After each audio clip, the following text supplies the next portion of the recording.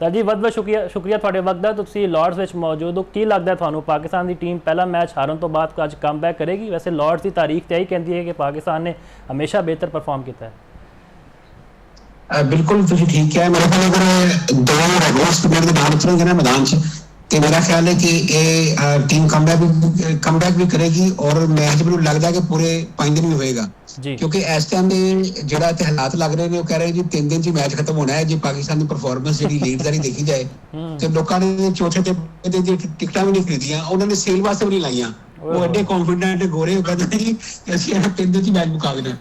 लेकिन मेरा ख्याल है कि अगर क्योंकि जी लॉर्ड्स की पिच है ना ये स्लो पिच है, ये फास्ट पिच नहीं है और स्पिनर ਨੂੰ ਜਿਹੜੀ ਨਾ ਕਾਫੀ ਮਦਦ ਵੀ ਦਿੰਦੀ ਹੈ। ਮੇਰੇ ਖਿਆਲ ਨਾਲ ਜਿਹੜੇ ਬੈਟਸਮੈਨ ਜਿਹੜਾ ਟੈਸਟ ਮੈਚ ਨਹੀਂ ਚਾਹਦੇ ਨੇ ਤੇ ਉਹ ਇਸ ਪਿਚ ਤੇ ਜ਼ਰੂਰ ਸਕੋਰ ਕਰਦੇ ਨੇ ਤੇ ਮੇਰੇ ਖਿਆਲ ਨਾਲ ਮੈਚ ਇੰਟਰਸਟਿੰਗ ਵੀ ਹੋਏਗਾ ਔਰ ਮੈਨੂੰ ਤਾਂ ਲੱਗਦਾ ਹੈ ਕਿ ਪਾਕਿਸਤਾਨ ਜਿਹੜਾ ਨਾ ਇਸ ਮੈਚ ਕਮਬੈਕ ਕਰ ਸਕਦਾ। ਉਹਦਾ ਬਰਮਿੰਗਮ ਵਾਲਾ ਮੈਚ ਨਾ ਜੀ ਉਹ ਫਿਰ ਮੈਨੂੰ ਲੱਗਦਾ ਫਾਈਨਲ ਹੀ ਹੋਏਗਾ ਦੋਨਾਂ ਮੈਚਾਂ ਦਾ।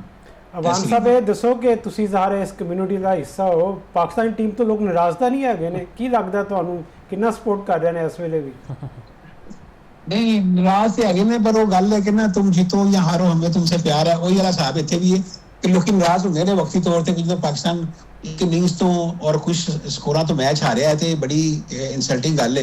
लेकिन फिर भी मैं देखा कि बड़ी अच्छी बहुत बड़ी तादाद से लोग जो ना बरतानिया के दीगर शहरों तो मैच वेखने इतने आए ने और जोश खरोश है। लेकिन कह रहे हैं कि हुण शायद अद्धे घंटे तक जो ना मैच शुरू हो सकता है। 12 बजे शायद टॉस होएगा, 1 घंटा डिले होएगा मैच क्योंकि क्योंकि लॉर्ड्स ਦੇ ਵਿੱਚ ਹੈਗੀ ਨਾ ਟੈਸਟ ਮੈਚ ਦੇ ਵਿੱਚ ਕਿ ਅਗਰ ਬੈਡ ਲਾਈਟਸ ਹੁੰਦੀ ਹੈ ਤੇ ਇੱਥੇ ਲਾਈਟਾਂ ਵੀ ਔਨ ਕਰ ਦਿੰਦੇ ਨੇ ਟੈਸਟ ਮੈਚ ਨਾ ਤੇ ਇਸ ਕਰਕੇ ਮੈਚ ਦਾ ਬਾਰਿਸ਼ ਨਾ ਹੋਈ ਤੇ ਮੈਚ ਜ਼ਰੂਰ ਹੋਏਗਾ ਅੱਜ ਔਰ ਲੋਕ ਵੀ ਕਾਫੀ ਵੱਡੀ ਤਾਦਾਦ ਜਿਹੜੇ ਨਾ ਮੈਚ ਦੇਖਣ ਵਾਸਤੇ ਆਏ ਨੇ ਤੇ ਮੇਰੇ ਖਿਆਲ ਨਾਲ ਮੈਚ ਬੜਾ ਇੰਟਰਸਟਿੰਗ ਹੋਏਗਾ ਔਰ ਕਾਫੀ ਜੋਸ਼ ਖਰੋਸ਼ ਲੋਕਾਂ ਦੇ ਵਿੱਚ ਚਾਹ ਰਹੇ ਨੇ ਕਿ ਟੀਮ ਸਾਡੀ ਜਿੱਤੇ ਤੇ ਅਸੀਂ ਸੀਰੀਜ਼ ਕਮ ਸੇ ਕਮ 1-1 ਤੋਂ ਬਰਾਬਰ ਕਰੀਏ। ਬਿਲਕੁਲ ਬੜੀ ਜ਼ਬਰਦਸਤ ਗੱਲ ਤੁਸੀਂ ਕੀਤੀ ਹੈ। ਤੇ ਜਿਹੜੇ ਤੁਸੀਂ ਗੱਲ ਕਰਦੇ ਪਏ ਸੀਗੇ ਕਿ ਪਾਕਿਸਤਾਨ ਦੇ ਸ਼ਾਇਕੀਨ ਖਫਾ ਨੇ ਰਮੀਜ਼ ਆਜਾ ਸਾਬਿਕ ਟੈਸਟ ਕ੍ਰਿਕਟਰ ਉਹਨਾਂ ਨੇ ਵੀ ਆਪਣੇ ਪਰਸੋਂ ਵੀਡੀਓ ਵਿੱਚ ਕਿਹਾ ਹੈ ਕਿ ਪਾਕਿਸਤਾਨ ਕ੍ਰਿਕਟ ਜਿਹੜਾ ਨਾ they are losing there fans. ਉਹਨਾਂ ਦੇ ਹੁਣ ਫੈਨਸ ਉਸ ਤਾਦਾਦ ਵਿੱਚ ਨਹੀਂ ਰਹੇ। ਤੇ ਪਹਿਲਾਂ ਤੇ ਇਹ ਵੀ ਦੱਸੋ ਨਾਲ ਕਿ ਅੱਜ ਹੋ ਸਕਦਾ ਕਿ ਉਬੈਦ ਸ਼ਾਹ ਨੂੰ ਅਸੀਂ ਮੌਕਾ ਦਈਏ ਕਿਉਂਕਿ ਉਹ ਬੜੇ ਅੱਛੇ ਬੋਲਰ ਨੇ, ਤੇਜ਼ ਗੇਂਦਬਾਜ਼ੀ ਵੀ ਕਰਦੇ ਲੇਕਿਨ ਹਜੇ ਤੱਕ ਉਹਨਾਂ ਨੂੰ ਮੌਕਾ ਨਹੀਂ ਦਿੱਤਾ ਗਿਆ। ਦੂਜਾ ਇਹ ਦੱਸੋ ਕਿ ਬਾਬਰ ਆਜ਼ਮ ਦੇ ਟੀਮ ਵਿੱਚ ਆਉਣ ਨਾਲ ਕਿਹਨੂੰ ਬਲੀ ਦਾ ਬੱਕਰਾ ਬਣਾਇਆ ਜਾਏਗਾ? ਇਹ ਵੀ ਕਿਹਾ ਜਾ ਰਿਹਾ ਕਿ ਹੋ ਸਕਦਾ ਅਜ਼ਾਨ ਵੈਸ ਨੂੰ ਬਾਹਰ ਕਰ ਦਿੱਤਾ ਜਾਵੇ ਜਾਂ ਫਿਰ ਸਾਊਥ ਸ਼ਕੀਲ ਨੂੰ ਵੀ ਅਸੀਂ ਬਾਹਰ ਕਰ ਸਕਦੇ ਹਾਂ। मेरा ख्याल है शायद साउथ शकील ਨੂੰ ਬਿਠਾਣਗੇ ਦਾ ਮੈਨੂੰ ਜ਼ਿਆਦਾ ਚਾਂਸ ਲੱਗਦਾ ਪਿਆ ਕਿਉਂਕਿ ਜਿਹੜੇ ਸਾਡੇ ਕਪਤਾਨ ਨੇ ਨਾ ਇਹਨਾਂ ਦਾ ਵੀ ਤੁਹਾਨੂੰ ਪਤਾ ਹੈ ਇੱਕ ਫੇਵਰਿਟ ਲਿਸਟ ਹੈਗੀ ਇਹਨਾਂ ਦੀ ਵੀ। ਇਹ ਵੀ ਆਪਣੇ ਦੋਸਤਾਂ ਪਹਿਲੇ ਮੌਕਾ ਦਿੰਦੇ ਨੇ ਦੂਜਿਆਂ ਨੂੰ ਬਾਅਦ ਦਿੰਦੇ ਨੇ ਤੇ ਮੇਰੇ ਖਿਆਲ ਨਾਲ ਸਾਊਥ ਸ਼ਕੀਲ ਨੂੰ ਮੇਰਾ ਖਿਆਲ ਨਾਲ ਬਿਠਾਣਗੇ ਔਰ ਲੇਕਿਨ ਮੈਂ ਦੱਸਾਂਗੇ ਉਹਨਾਂ ਨੇ ਸਪਿਨਰ ਨਸਾਰ ਕਰਨਾ ਤੇ ਪਾਕਿਸਤਾਨ ਕੰਮ ਕਰੇਗਾ ਔਰ ਦੂਸਰਾ ਮੈਚ ਜਿਹੜਾ ਪਾਕਿਸਤਾਨ ਜਿੱਤ ਸਕਦਾ। ਅਵਾਨ ਸਾਹਿਬ ਇਹ ਦੱਸੋ ਕਿ ਜਿੱਦਾਂ ਆਖਿਆ ਜਾਂਦਾ ਜਿੱਦਾਂ ਤਨਕੀਦ ਹੁੰਦੀ ਹੈ ਇੰਗਲਿਸ਼ ਮੀਡੀਆ ਵੱਲੋਂ ਕਿ ਜਿਹੜੀ ਪਾਕਿਸਤਾਨ ਦੀ ਫਾਸਟ ਬੋਲਿੰਗ ਹੈਗੀ ਆ ਉਹ ਬਹੁਤ ਕਮਜ਼ੋਰ ਹੋ ਚੁੱਕੀ ਆ ਤੇ ਇਹ ਜਿਹੜੀ ਟੀਮ ਹੈਗੀ ਹੈ 50 ਸਾਲਾਂ ਦੀ ਸਭ ਤੋਂ ਕਮਜ਼ੋਰ ਟੀਮ ਹੈਗੀ ਆ। ਤੁਸੀਂ ਖੁਦ ਇਹਨਾਂ ਲੋਕਾਂ ਨੂੰ ਮਿਲਦੇ ਹੈਗੇ ਹੋ ਤੇ ਕੀ ਉਹ ਮੁਤਾਸਰ ਹੈ ਪਾਕਿਸਤਾਨ ਦੇ ਹਵਾਲੇ ਨਾਲ ਇਹ ਤਨਕੀਦ ਦਾ ਸਿਲਸਿਲਾ ਕਿਉਂ ਜਾਰੀ ਰੱਖਦੇ ਨੇ? ਕਿ ਆ ਮੋਰਲ ਡਾਊਨ ਕਰਨਾ ਹੁੰਦਾ ਹੈਗਾ ਜਾਂ ਪਾਕਿਸਤਾਨ ਨੂੰ ਸਿਰਫ ਉਹਨਾਂ ਨੇ ਇੱਕ ਨੀਚਾ ਛੋਟਾ ਮੁਲਕ ਸਮਝ ਕੇ ਸਾਰੀਆਂ ਗੱਲਾਂ ਕਰਦੇ ਨੇ?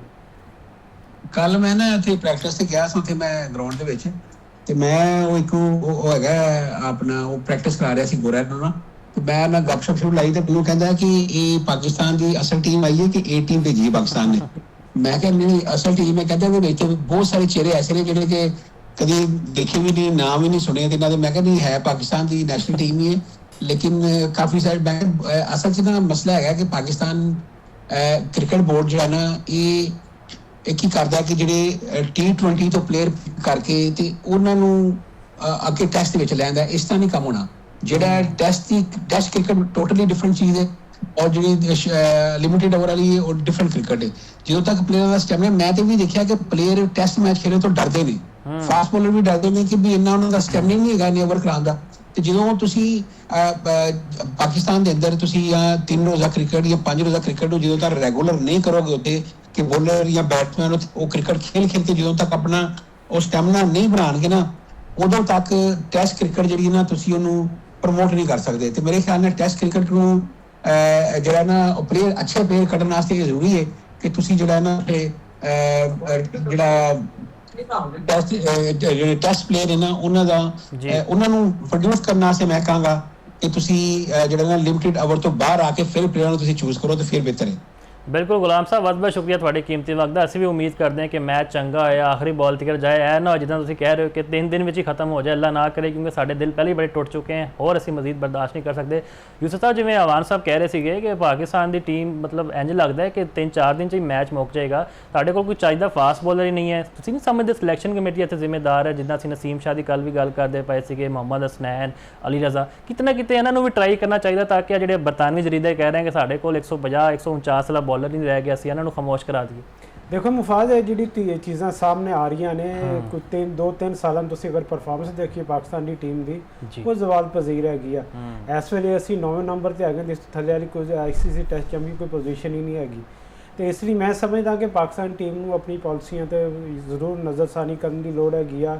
ਇਹ ਸਹੀ ਗੱਲਾਂ ਨੇ ਕਿ ਬਿਲਕੁਲ ਸਾਡੀ ਜਿਹੜੀ ਇੱਕ ਬੋਲਿੰਗ ਸਟਰੈਂਥ ਹੈਗੀ ਸੀ ਪਾਕਿਸਤਾਨ ਦੀ ਫਾਸਟ ਬੋਲਿੰਗ ਦੀ, ਉਹ ਇਸ ਵੇਲੇ ਅਸੀਂ ਵੀਕ ਦਾ ਸ਼ਿਕਾਰ ਹੈਗੇ ਆ। ਸਾਡੇ ਕੋਲ ਪਹਿਲੇ ਸ਼ਹੀਨ ਸ਼ਾਹ ਅਫਰੀਦੀ ਸੀ, ਨਸੀਮ ਸ਼ਾਹ ਹੈਗੇ ਸੀਗੇ, ਅੱਛੇ ਪੇਸਰ ਸਨ, ਲੇਕਿਨ ਇਸ ਵੇਲੇ ਸਕਾਡ ਦਾ ਹਿੱਸਾ ਨਹੀਂ ਗਏ ਕਿਉਂਕਿ ਇਹਨਾਂ ਦੀ ਸਾਰੀ ਜਿਹੜਾ ਤਵੱਜੋ ਹੈਗੀ ਉਹ ਵਾਈਟ ਬਾਲ ਕ੍ਰਿਕਟ ਵੱਲ ਚਲੀ ਗਈ ਅੱਗੇ, ਜਿਸ ਤਰ੍ਹਾਂ ਉਹਨਾਂ ਨੇ ਫੋਕਸ ਕੀਤਾ ਹੋਇਆ ਹੈਗਾ। ਨਵੇਂ ਮੁੰਡੇ ਸਾਡੇ ਕੋਲ ਖੁਰਮ ਸ਼ਹਿਜ਼ਾਦ, ਮੁਹੰਮਦ ਅਲੀ, ਮੁਹੰਮਦ ਦਵਾਸ ਮੌਜੂਦ ਹੈਗੇ ਨੇ ਜੀ, ਲੇਕਿਨ ਇਹਨਾਂ ਦੀ ਜਿਹੜੀ ਸਪੀਡ ਹੈਗੀ ਆ ਉਹ ਕੋਈ ਬਹੁਤ ਜ਼ਿਆਦਾ ਅੱਛੀ ਨਹੀਂ ਹੈਗੀ। 130, 135, 140 ਤੱਕ ਇਹ ਕਰਦੇ ਨੇ ਕਦੇ ਕਦੇ। ਫਾਸਟ ਬੋਲਿੰਗ ਲਈ ਜ਼ਰੂਰੀ ਆ ਕਿ 145 ਪਲੱਸ ਯਾਨੀ ਕਿ ਜਿਹੜਾ ਬੋਲਰ ਕਰੇਗਾ ਅਸੀਂ ਉਹਨੂੰ ਇੱਕ ਅੱਛਾ ਫਾਸਟ ਬੋਲਰ ਕੰਸੀਡਰ ਕਰਾਂਗੇ। ਜਿਸ ਤਰ੍ਹਾਂ ਤੁਸੀਂ ਆਖਿਆ ਕਿ ਉਬੈਦ ਸ਼ਾਹ ਦੀ ਸ਼ਕਲ 'ਤੇ ਸਾਡੇ ਕੋਲ ਇੱਕ ਅਪਰਚੁਨਿਟੀ ਮੌਜੂਦ ਹੈਗੀ ਆ। ਨਸੀਮ ਸ਼ਾਹ ਅਜੇ ਇੱਥੇ ਵਾਈਟ ਬਾਲ 'ਤੇ ਬਹੁਤ ਅੱਛਾ ਪਰਫਾਰਮ ਕਰ ਰਿਹਾ ਹੈ, ਲੇਕਿਨ ਜਦੋਂ ਉਹਨੂੰ ਟੈਸਟ ਮੈਚਾਂ 'ਚ ਪਾਈਦਾ ਹੈਗਾ ਤਾਂ ਉਹਨੂੰ ਕੋਈ ਫਿਟਨੈਸ ਦੇ ਮਸਾਇਲ ਵੀ ਆ ਜਾਂਦੇ ਨੇ, ਕਿਉਂਕਿ ਉੱਥੇ ਤੁਹਾਨੂੰ ਪਤਾ ਕਿ ਲੰਬੇ ਸਪੈਲ ਕਰਨ ਦੀ ਲੋੜ ਹੈਗੀ ਹੈ, ਤਾਂ ਉਹਦੇ ਲਈ ਫਿਟਨੈਸ ਬਹੁਤ ਜ਼ਰੂਰੀ ਹੈਗੀ ਹੈ। ਅਗਰ ਪਾਕਿਸਤਾਨ ਦੀ ਟੀਮ 'ਚ ਉਬੈਦ ਸ਼ਾਹ ਆ ਜਾਏ ਤਾਂ ਮੇਰੇ ਖਿਆਲ 'ਚ ਇੱਕ ਅੱਛਾ ਇਜ਼ਾਫਾ ਹੋਏਗਾ ਤੇ ਉਹਦੇ ਆਉਣ ਨਾਲ ਯਕੀਨੀ ਤੌਰ 'ਤੇ ਫਰਕ ਪਵੇਗਾ। ਉਹਨੂੰ ਇੱਕ ਮੈਚ ਉਹਨਾਂ ਨੇ ਖਿਡਾਇਆ ਸੀ ਵੈਸਟ ਇੰਡੀਜ਼ ਦੇ ਖਿਲਾਫ ਵੀ, तो उस तो बाद सैकंड मौका होएगा कि उन्होंने यानी कि अज कंसीडर किया जा सकता है। बिल्कुल। तो मेरे ख्याल से पाकिस्तान टीम इस वेले जिहड़ी हैगी है टैस्ट मैचों की बिल्कुल मुतवाजन नहीं हैगी है। पाकिस्तान क्रिकेट बोर्ड को अपने जिहड़ा स्ट्रक्चर है उन्होंने चेंज करने की लोड़ हैगी है। बिल्कुल। असी सिर्फ ख्वाब वेख के जिंदा नहीं रह सकते, सानू अमली इकदामात करने की लोड़ हैगी है कि ताकि पाकिस्तान की जिहड़ी क्रिकेट हैगी उहदा म्यार अच्छा होवे। तुहानू पता है कि पूरी कौम पाकिस्तान क्रिकेट नाल प्यार करती है, पाकिस्तान क्रिकेट टीम लई दुआवां करती है। टीवी अगे बैठ के सारा दिन मैच वेखती है कि जो रिजल्ट नहीं आता तो फिर वो बददुआवां भी देंदे ने इन्हां नूं। तो मैं समझदा कि पाकिस्तान की टीम तो पाकिस्तान के खिलाड़ियों को अपने आप को थोड़ा सुधारन की लोड़ हैगी। उन्हां दी वेकअप कॉल हैगी आ। पहला टैस्ट मैच तुसीं हार चुके हो तो हुण लोकी उदों ही खुश होणगे जदों तुसीं इह लॉर्ड टैस्ट में पाकिस्तान टीम फतह होकर बाहर आएगी। अच्छी परफॉर्मेंस दिओ, अपनी गलतियां उन्होंने ना दोहराओ, बैटिंग बॉलिंग के नाल फील्डिंग अच्छी करो तो फिर पाकिस्तान जी जितने के इम्कानात ने खासे रोशन हो सकते हैं। मुकाबला कोई ये नहीं कि असी बहुत कमज़ोर है, असी सिर्फ अपनी टैलेंट नाल इंसाफ नहीं कर पा रहे, अपनी स्किल नाल अच्छा नहीं कर चीज़ां कर रहे हैं। अगर असी अपना बेहतर कंबीनेशन के नाल बेहतर अपनी हिकमत अमली नाल मैदान च उतरीए तो असी इंग्लैंड को हरा सकते। ऐसी कोई वड्डी गल नहीं हैगी है कि जिहड़ा लोग समझते हैं कि 3 दिनों मैच मुक जाएगा। परफॉर्मेंस के नाल ही असी सारे लोगों के मुँह बंद कर सकते हैं। बिल्कुल जी, परफॉर्मेंस में असी सारे दे मुँह बंद कर सकते हैं। खास तौर पर अच्छी प्लैनिंग की जरूरत है, अच्छी सिलेक्शन की इतने जरूरत है। तो यूसुफ साहब, अब मैं कल तो वेखदा पाया सोशल मीडिया उत्ते तूफान आया है, बाबर आजम को बड़िया उम्मीदां बन लेंगे, बाबर आएंगे तो इंज हो जाएगा इंज हो जाएगा, बड़ी अच्छी गल है, रिकवर करते पाए साढ़े स्टार बैटर हैं। लेकिन सिर्फ एक खिलाड़ी उत्ते रिलाय हो जाना कि यार यही बस सानू जितवा देगा, यह तुसीं नहीं समझते खामखा एक प्रैशर है स्टार बैटर उत्ते। असीं माजी विच भी वेख्या जदों भी असीं उम्मीदां उन्हां कोल लांदे ने उन्हां दी परफॉर्मेंस विच किते ना वो कहंदे ना कोई खला आ जाती है, वो ज़्यादा प्रैशराइज हो जाते हैं। बिल्कुल तुसीं सही कह रहे हो। जिहड़ा एक्सट्रा बर्डन हैगा यानी कि सोशल मीडिया की वजह तो असीं बाबर आजम के कंधे ते पाया होया हैगा।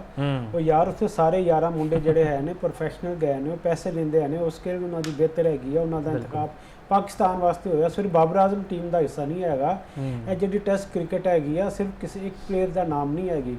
बाबर आजम का आना यकीनी तौर पर पाकिस्तान का कंबीनेशन मजबूत करेगा। इंग्लैंड वालों को थोड़ा जिहा खौफ होएगा कि उन्होंने को एक वड्डा बैट्समैन है वा जिन्होंने असीं आउट करना हैगा। लेकिन जिहड़े बाकी 10 मुंडे है उन्होंने ही परफॉर्म करना हैगा तो सारे थोड़ी थोड़ी परफॉर्मेंस देंगे तो फिर ही पाकिस्तान टीम की जिहड़ी पोजीशन हैगी है बेहतर होएगी। नो डाउट कि बाबर आजम इस वेले साडा स्टार हैगा, साडी उहदे लई दुआवां भी ने कि अच्छा परफॉर्म करे, लेकिन उहदे नाल नाल बाकी मुंडियां नूं भी परफॉर्म करना पड़ेगा। अगर एक पासे बाबर आजम विकेट ते खड़ा होगा दूजे पासे सारे आउट होंदे जाणगे तो बाबर आजम की करेगा। इसलिए मेरे ख्याल च पाकिस्तान के जिहड़े फैन उन्होंने थोड़ा जिहा सबर तो कम लेना चाहिए हैगा ते सारिਆਂ वास्ते दुआ करनी चाहिए कि सारे अपना कंट्रीब्यूशन करन ਤੇ ਫਿਰ ਪਾਕਿਸਤਾਨ ਦੀ ਜਿਹੜੀ ਟੀਮ ਹੈਗੀ ਹੈ ਕੁਝ ਬਿਹਤਰ ਪਰਫਾਰਮ ਕਰਨ ਦੇ ਕਾਬਿਲ ਹੋ ਸਕਦੀ ਹੈ। ਬਿਲਕੁਲ ਬਿਹਤਰ ਪਰਫਾਰਮ ਕਰਨ ਦੇ ਕਾਬਿਲ ਹੋ ਸਕਦੇ ਯੂਸਫ ਸਾਹਿਬ। ਸਿਰਫ ਇੱਕ ਆਖਰੀ ਤੁਹਾਡਾ ਸ਼ਾਰਟ ਕਮੈਂਟ ਮੈਂ ਲੈਣਾ ਚਾਹਾਂਗਾ। ਸਟੂਡੈਂਟ ਬਰੋਡ ਦਾ ਜਿਹੜਾ ਕਹਿੰਦਾ ਸੋਸ਼ਲ ਮੀਡੀਆ ਉੱਤੇ ਅਜੇ ਬੜੀ ਮੌਜ਼ੂਦ ਬਹਿਸ ਉਹਨਾਂ ਦੀ ਗੱਲ, ਉਹਨਾਂ ਨੇ ਕਿਹਾ ਕਿ ਮੈਂ ਅਜੇ ਵੀ ਕਾਇਮ ਹੈ ਕਿ ਪਾਕਿਸਤਾਨ ਕਮਜ਼ੋਰ ਤਰੀਨ ਟੀਮ ਹੈ। ਵੈਸੇ ਜਦੋਂ ਵੀ ਇੰਗਲੈਂਡ ਟੀਮ ਆਸਟ੍ਰੇਲੀਆ ਜਾਂਦੀ ਹੈ ਭੈੜੀ ਤਰ੍ਹਾਂ ਹਾਰਦੀ ਹੈ, ਏਸ਼ੀਆ ਸੀਰੀਜ਼ ਦੀ ਅਸੀਂ ਮਿਸਾਲ ਮੌਜੂਦ ਹੈ। ਤੇ ਇਹ ਵੀ ਸਟੂਡੈਂਟ ਬਰੋਡ ਨੇ ਜਿਨ੍ਹਾਂ ਨੇ 6 ਛੱਕੇ ਖਾਦੇ ਸੀਗੇ ਯੁਵਰਾਜ ਸਿੰਘ ਤੋਂ। ਚਲੋ ਅਸੀਂ ਮੰਨ ਲਿਆ ਪਾਕਿਸਤਾਨ ਦੀ ਟੀਮ ਸਟਰਗਲ ਕਰ ਰਹੀ ਹੈ, ਕਮਜ਼ੋਰ ਹੈ, ਲੇਕਿਨ ਵਕਤ ਹਮੇਸ਼ਾ ਇੱਕ ਵਰਗਾ ਨਹੀਂ ਰਹਿੰਦਾ। ਸਟੂਡੈਂਟ ਬਰੋਡ ਨੂੰ ਇਹ ਗੱਲ ਕਰਨੀ ਚਾਹੀਦੀ ਕਿ Pakistan is very poor side. ਇਹ ਸਾਰੀਆਂ ਜਿਹੜੀ ਗੱਲਾਂ ਨੇ ਆਪਣੀ ਟੀਮ ਦੀ ਸਪੋਰਟ ਵਾਸਤੇ ਨੇ ਤੇ ਮੁਖਾਲਫ ਜਿਹੜੀ ਟੀਮ ਨੂੰ ਪ੍ਰੈਸ਼ਰਾਈਜ਼ ਕਰਨ ਵਾਸਤੇ ਨੇ। ਇਹ ਪਹਿਲੀ ਵਾਰੀ ਨਹੀਂ ਹੋਈ। ਅਸੀਂ ਆਸਟ੍ਰੇਲੀਆ ਜਾਈਏ, ਅਸੀਂ ਇੰਗਲੈਂਡ ਜਾਈਏ, ਸਾਰੇ ਜਿਹੜਾ ਉਹਨਾਂ ਦਾ ਮੀਡੀਆ ਹੈਗਾ ਉਹ ਪਾਕਿਸਤਾਨ ਟੀਮ ਦੀ ਖਾਮੀਆਂ ਲੱਭਣ ਤੇ ਲੱਗਿਆ ਰਹਿੰਦਾ ਹੈਗਾ ਤੇ ਅਸੀਂ ਗੱਲਾਂ ਕਰਦੇ ਜਿੰਨਾ ਮੋਰਲ ਡਾਊਨ ਕਰੀਏ। ਤੇ ਮੇਰੇ ਖਿਆਲ 'ਚ ਪਾਕਿਸਤਾਨੀ ਟੀਮ ਨੂੰ ਅੱਛੀ ਪਰਫਾਰਮੈਂਸ ਨਾਲ ਹੀ ਸਭ ਦੇ ਮੂੰਹ ਬੰਦ ਕਰਨੇ ਚਾਹੀਦੇ ਨੇ। ਪਰਫਾਰਮੈਂਸ ਅੱਛੀ ਹੋਗੀ ਤੇ ਸਭ ਦੀ ਜਿਹੜੀ ਗੱਲਾਂ ਨੇ ਝੂਠੀਆਂ ਹੋਣਗੀਆਂ ਤੇ ਪਾਕਿਸਤਾਨ ਟੀਮ ਕੋਲ ਬੜਾ ਅੱਛਾ ਮੌਕਾ ਹੈਗਾ। ਲਾਰਡਸ ਉਹਨਾਂ ਲਈ ਜਿਨਕੇ ਫੇਵਰਟ ਗਰਾਊਂਡ ਹਮੇਸ਼ਾ ਰਿਹਾ ਹੈਗਾ। ਇੱਥੇ ਆਉਣ ਅੱਛੀ ਪਰਫਾਰਮੈਂਸ ਦੇਣ, ਜਿੱਤ ਕੇ ਦਿਖਾਣ ਤੇ ਨਾਰਾ ਤਕਬੀਰ ਕਹਿੰਦੇ ਹੋਏ ਬਾਹਰ ਆਉਣ। ਇਹੀ ਪਾਕਿਸਤਾਨ ਟੀਮ ਅੱਛੇ ਤਰੀਕੇ ਨਾਲ ਉਹਨਾਂ ਨੂੰ ਜਵਾਬ ਦੇ ਸਕਦੀ।